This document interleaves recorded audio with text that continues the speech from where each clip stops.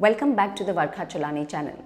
Today is the day of busting myths, and I picked up an interesting topic because it's often been misunderstood by lay people, but sometimes even by experts and so-called therapists. I'm talking about marital therapy. Many people, when they go for marriage counseling or relationship counseling, usually land up trying to treat the relationship or the marriage, so to speak.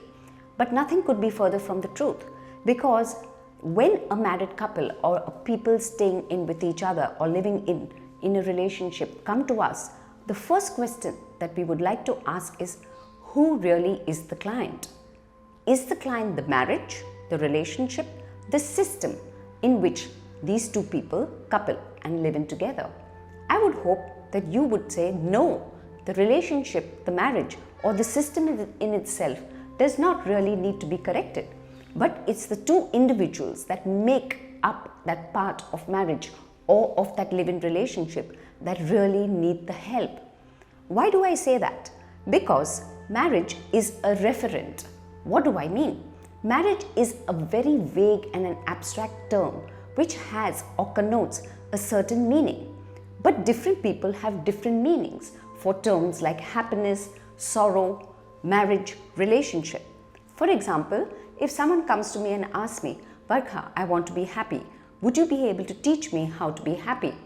I'm only going by a very abstract and a vague term called happiness. I have no clue how he or she personally defines happiness. If I really wanted to do a good session with him, the first thing and the most obvious question I would ask him is, what is his concept or his personal definition of happiness? Likewise, when a married couple comes to you, and if they really don't understand what is their personal concept of a fulfilling, a satisfying, and a good and a happy relationship, you and me will be treating some vague abstract term a referent, because, as I repeat, different people have different meanings. Different people give different definitions to these terms like marriage, happiness, etc. And we will be treating something very vague, not knowing the specificity of how each of those people in the relationship term a fulfilling and a satisfying relationship. So I come back to the client who comes to me to learn how to be happy. Now, if I really do not understand his personal definition of what would make a happy life for him, I may, start attributing certain ideas of my own to what is happy living. So, because I think, for example, being fit is being happy, I may start therapizing him or giving him certain ideologies of how he needs to lead a fitter life, because my assumption is that fitness equals happiness.